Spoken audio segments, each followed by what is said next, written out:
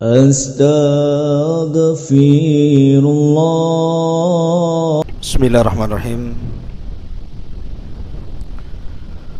Assalamualaikum warahmatullahi wabarakatuh.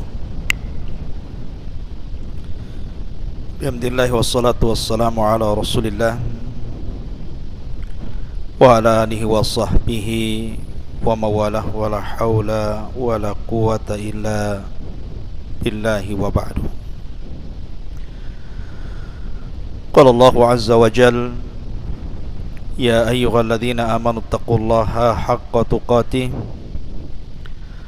wa la tamutunna illa wa antum muslimun. Wa qala sallallahu alaihi wasallam, man salaka tariqan yaltamisu fihi ilma sahhalallahu bihi tariqan ilal jannah.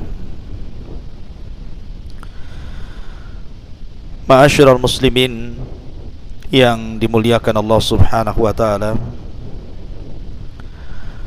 alhamdulillah di malam hari ini kembali Allah Subhanahu wa taala pertemukan kita di Masjid Jabal Uhud.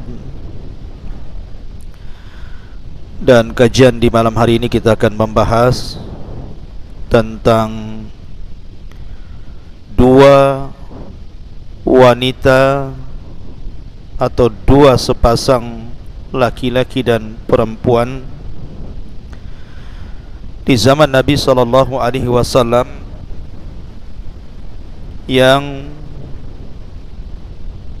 melakukan dosa dari dosa-dosa besar, berzina.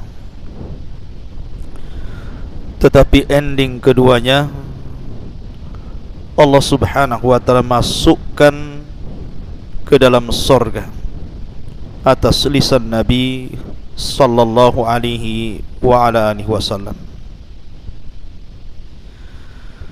Bagaimana kisahnya dan siapa dua manusia ini? Kenapa kemudian keduanya berzina tetapi ujung-ujungnya dimasukkan ke dalam surga?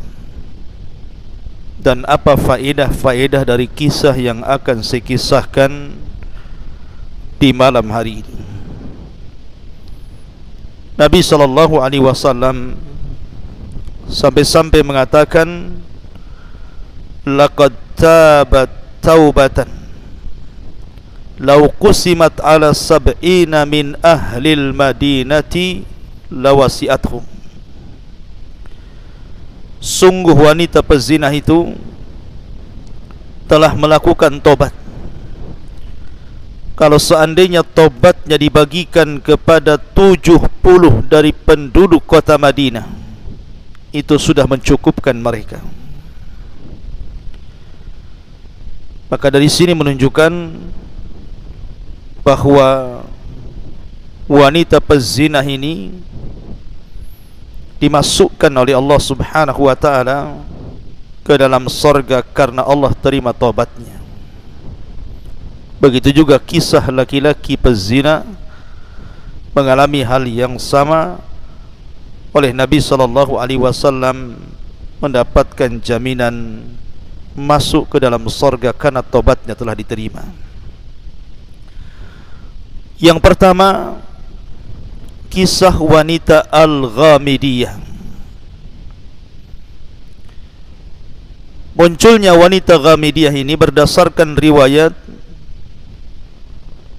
yang dicantumkan di dalam beberapa pengeluar hadis seperti Ibnu Abi Syaibah.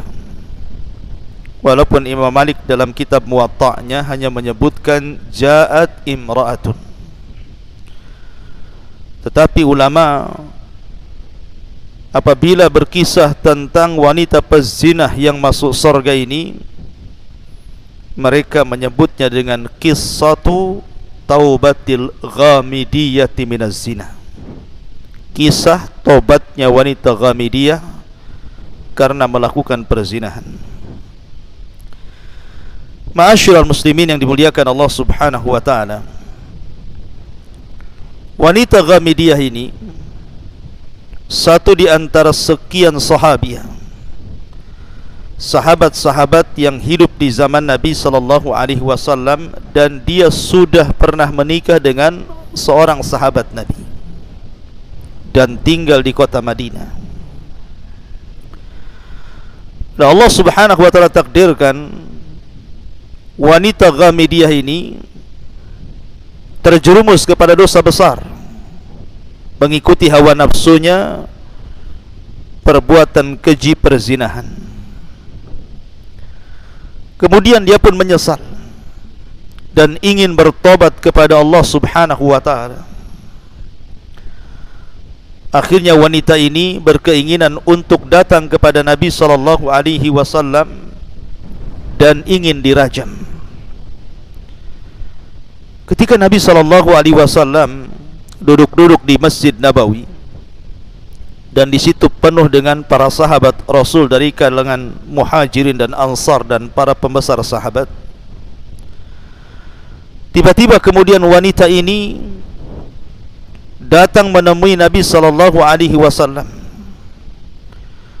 Kemudian wanita ini mengatakan, "Ya Rasulullah, asabtu haddan fatahirni."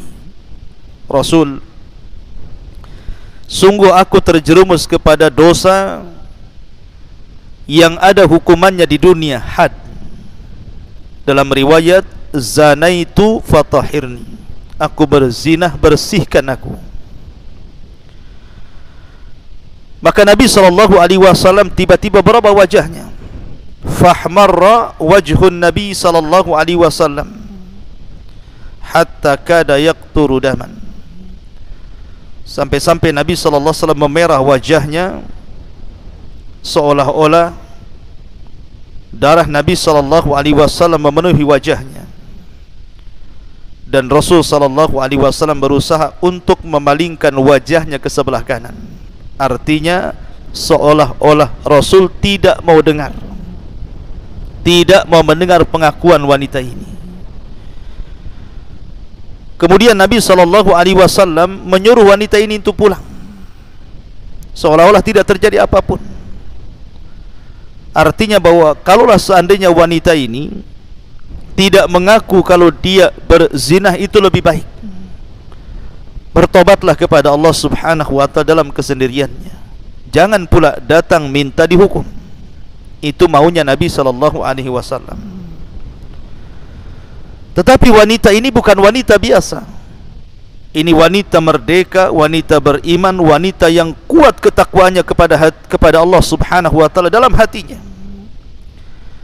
Sehingga wanita ini terus mengulang-ulang dan mengatakan, "Ya Rasulullah, asabtu haddan fatahirni, zanaitu fatahirni." Aku sudah berzinah Rasul, bersihkan aku.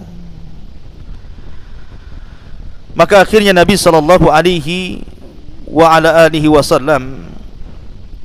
memerintahkan wanita ini untuk pulang, tapi tidak mau pulang. Ketika Nabi SAW mengetahui wanita ini tidak pulang, apalagi wanita ini bersumpah dan mengatakan, "Fa wallahi inni la hubla ya Rasulullah." Rasul, aku telah hamil karena perzinahan ini. Ketika mendengar wanita ini hamil, maka ada alasan Nabi SAW untuk menyuruh wanita ini pulang dan mengatakan, "Fadhhabi hatta talidi." Sebaiknya kau pulang sampai kau melahirkan putramu ini. Sebenarnya wanita ini kalau tidak balik lagi menghadap Nabi SAW setelah melahirkan bayinya, kemudian bertobat, itu sudah cukup dan tidak mungkin dicari Nabi dan juga para sahabat.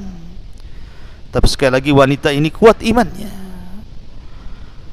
Maka ketika betul-betul sudah melahirkan, dibawanya wanita ini bayi tersebut dalam gendongannya, kemudian menghadap Nabi SAW dan mengatakan, "Rasul, aku sudah melahirkan bayinya. Lihat bayinya.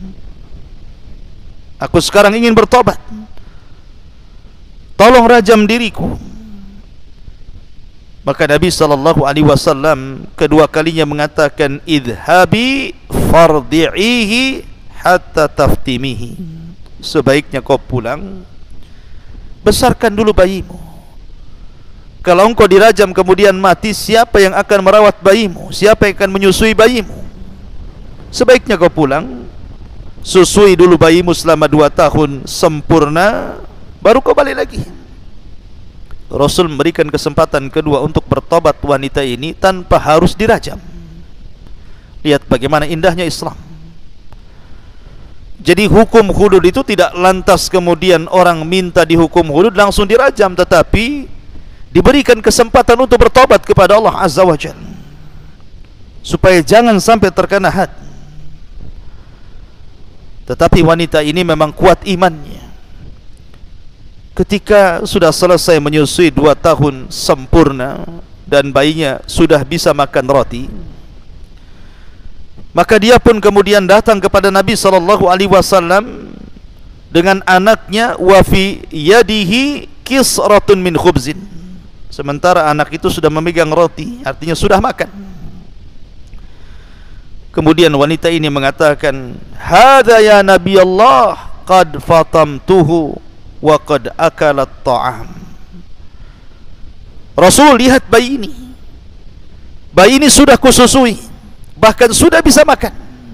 Artinya aku sudah bisa kau rajam untuk membersihkan dosa-dosaku.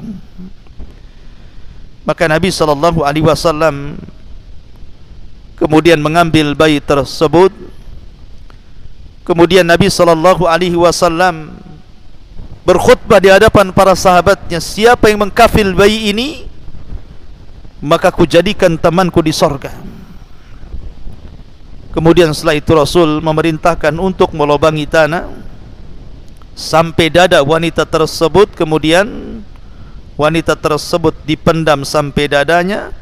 Kemudian Rasul memerintahkan manusia untuk merajamnya. Maka terjadilah perajaman, hukuman zina wanita Ghamidiyah ini. Akhirnya kemudian para sahabat pun banyak yang melempar batu. Salah satu sahabat yang ikut terlibat dalam perajaman ini adalah Khalid ibn Walid. Dia melempar dengan batu persis mengenai kepalanya. Tiba-tiba darah dari kepala itu memuncrat dan terkena wajah Khalid. Khalid pun emosi, fasabbah, dia pun mencaci wanita itu. Tetapi cacian itu sampai ke telinga Nabi SAW. Maka Nabi SAW mengatakan, "Mahlan ya Khalid, mahlan ya Khalid." Pelan-pelan wahai Khalid, jangan seperti itu, jangan kau maki dia. Fa walladhi nafsi biyadi laqad tabat taubatan law tabaha sahibu maqsin la ghufira lah. Wahai Khalid, demi yang jiwaku berada di tangannya, sungguh wanita itu telah melakukan tobat yang kalau seandainya dilakukan oleh pemungut pajak, sungguh Allah akan mengampuni dosanya. Dalam riwayat, laqad tabat taubatan law qusimat ala sab'ina min ahli al-madinati lawasi'athum. Sungguh wanita itu telah bertobat yang kalau tobatnya dibagi-bagi kepada 70 manusia, 70 orang dari penduduk Madinah, itu sudah mencukupkan bagi mereka. Sebagaimana riwayat Muslim. Lihat, ma'asyiral muslimin yang dimuliakan Allah Azza wa Jalla, adakah wanita seafdal wanita ini? Justru maksiatnya, zinahnya mengantarkan dia menjadi wanita mulia karena keikhlasan tobatnya. Wallahu yuhibbu tawwabina wa yuhibbul mutatahhirin. Karena Allah suka dengan orang yang bertobat, dan tidaklah orang bertobat kecuali setelah melaksanakan maksiat. Ma'asyiral muslimin yang dimuliakan Allah Subhanahu wa taala, ini kisah wanita Ghamidiyah. Kemudian di sana ada kisah laki-laki dari kabilah Aslam, namanya Ma'iz ibn Malik al-Aslami radhiyallahu an. Ma'iz ibn Malik al-Aslami radhiyallahu an. Dan Malik ini, ma'asyiral muslimin yang dimuliakan Allah Subhanahu wa taala, dia seorang anak yatim yang diambil dan diasuh oleh seorang sahabat namanya Hazzal ibn Nu'aim. Hazzal ibn Nu'aim. Lalu Allah takdirkan Ma'iz ibn Malik al-Aslami ini berzinah dengan seorang budak wanita. Berzinah dengan seorang budak wanita. Akhirnya dia pun mengaku kepada ayah angkatnya Hazzal ibn Nu'aim radhiyallahu anhu. Tentu Hazzal seorang sahabat Nabi. Man ra'a minkum munkaran falyughayyir biyadi. Siapapun yang melihat sebuah kemungkaran tentu akan merubah dengan tangannya, dengan kekuasaannya, karena dia ayahnya, ayah angkatnya yang merawat Ma'iz ibn Malik seorang yatim ini. Maka dia pun meminta kepada Ma'iz ibn Malik untuk datang kepada Nabi SAW dan mengadukan perkaranya. Karena Ma'iz ini juga sudah menikah, artinya dia muhsan dan dirajam hukumannya. Maka datanglah Hazzal kepada Nabi SAW bahwa Ma'iz ibn Malik yang telah berzinah dengan jariyah, dengan budak wanita, dan melaporkannya. Maka datanglah kepada Nabi SAW sementara Rasul berada di masjid. Kemudian mengatakan, ya Rasulullah, inni zanaitu. Kata Ma'iz, Rasul, aku telah berzina. Aku telah berzina.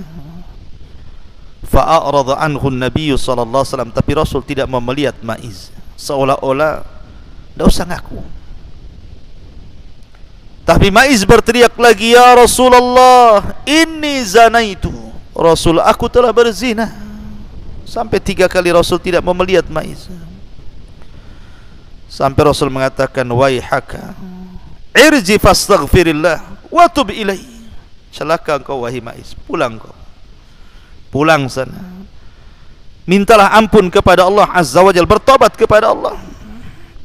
Artinya Rasul tidak mau menerapkan hukum hudud di sini, memberikan kesempatan kepada Ma'iz sama dengan wanita Ghamidiyah untuk bertobat, tidak usah ngaku. Karena pengakuan dalam Islam itu sekuat-kuat dalil, tidak perlu saksi kalau sudah ngaku. Akhirnya kemudian, karena dia terus mengatakan, tahhirni ya Rasulullah, faqad zanaitu, bersihkan aku wahai Rasul, aku sudah berzina. Maka Abu Bakar mengatakan, yang ketika itu hadir di majelis itu, lau aqarrat Rabi'atu la rajamaka Rasulullah sallallahu alaihi wasallam. Ma'iz, cukup 3 kali. Kalau keempat kalinya kau mengatakan zanaitu fatahhirni, Rasul akan merajam kamu. Tetapi Ma'iz tidak peduli dengan ucapan Abu Bakar, enggak peduli dia. Maka dia pun mengatakan, ya Rasulullah, zanaitu fatahhirni. Rasul, aku sudah berzinah, bersihkan aku. Ini sudah 4 kali dia ngomong seperti itu. Maka Nabi SAW mencari alasan, la'allaka qabbalta aw ghamazta aw nadarta. Ma'iz, jangan-jangan kau hanya mencium saja, tidak berzina. Jangan-jangan kau hanya melirik dan memandang saja wanita itu, wahai Ma'iz, kau tidak berzina. Kata Ma'iz, la, tidak Rasul, aku berzina. Maka kata Nabi SAW, sudah ginilah, pulanglah kamu dulu, pulang, nanti putusannya akan sampai kepadamu. Pulanglah kemudian Ma'iz. Maka Nabi SAW merintahkan sahabat untuk mengecek kesehatan Ma'iz ini. Lihat, Islam tidak langsung merajam seseorang, Jangan-jangan Maiz ini sudah gila, sudah stres, atau dia sedang minum arak mabok. Maka Maiz pun pulang. Kemudian Rasul memerintahkan seorang sahabat, tolong cek Maiz, teliti dia sedang mabok kah, dia gila kah, dia punya penyakit jiwa kah, lihat. Akhirnya setelah diteliti para sahabat, diintai, rupanya Maiz tidak sedang mabok, tidak sedang gila, tidak punya penyakit jiwa, sehat-sehat saja. Memang dia datang kepada Rasul ingin membersihkan jiwanya, ingin bertobat kepada Allah Azza wa Jalla. Akhirnya kemudian setelah itu Maiz datang kepada Nabi SAW kembali dan mengatakan, gimana Rasul, layakkah aku diberikan hukuman? Maka akhirnya kemudian Maiz pun dirajam oleh Nabi SAW dan para sahabatnya. Dibuatkan lubang sedada, kemudian diletakkan di lubang tersebut satu dada, kemudian dipendam. Mulailah para sahabat Nabi SAW melempari Maiz dengan batu. Maka ketika itu, kalau tidak salah, Umar bin Khattab radhiyallahu an sempat memaki Maiz ini. Tetapi Nabi SAW mengatakan, fawalladhi nafsi biyadi innahul an lafi anharil jannati yang ghamisu fiha. Jangan kau celah. Sekarang demi zat yang jiwaku berada di tangannya, sungguh Maiz berada di sungai sorga dan sedang berenang di dalamnya. Dalam riwayat, laqad taba taubatan law kusimat bainal ummati lawasi'atuhum. Sungguh Maiz telah bertobat yang kalau dibagi-bagikan kepada umat ini cukup tobatnya Maiz kepada mereka. Subhanallah. Ma'asyiral muslimin yang dimuliakan Allah Azza wa Jalla, ini tentu baik wanita Ghamidiyah ataupun Maiz ibn Malik al-Aslami ini. Kenapa Allah Subhanahu wa taala masukkan keduanya ke dalam surga? Karena keikhlasan tobatnya. Ikhlas itu mendorong orang untuk masuk surga. Jangan lagi sampai dirajam. Ingat kisah seorang wanita pezina di zaman Bani Israel yang memberi air kepada anjing yang sedang kehausan. Karena keikhlasannya Allah masukkan dia ke dalam surga. Begitulah Islam mengajarkan kepada kita agar seseorang itu tidak putus asa dari rahmat Allah Azza wa Jalla. Maka dari kisah ini banyak pelajaran yang kita akan petik. Yang pertama, sebesar apapun dosa seorang hamba, kalau seandainya dia datang menghadap Allah Subhanahu wa ta'ala untuk bertobat, maka rahmat Allah jauh lebih luas dibandingkan murkanya. Allah pasti akan mengampuni hamba tersebut.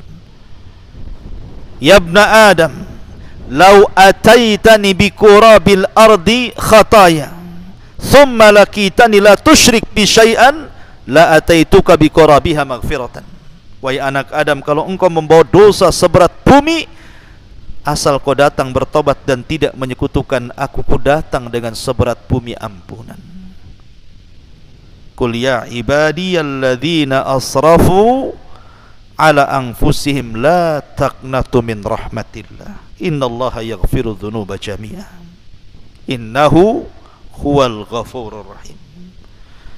Katakan, wahai hamba-hambaku, wahai hamba-hambaku yang mereka melampaui diri-diri mereka, terjerumus kepada dosa dan maksiat, jangan putus asa dari rahmat Allah, karena Allah itu mengampuni semua dosa, karena dia zat yang maha pengampun lagi maha kasih sayang kepada hamba-hambanya. Yang kedua, bahwa iman seseorang itu yazid wa yanqus, yazidu bit ta'ah wa yanqusu bil maksiyah. Iman seseorang itu kadang bertambah, kadang berkurang. Kapan bertambah? Ketika dia melaksanakan ketaatan. Kapan berkurang?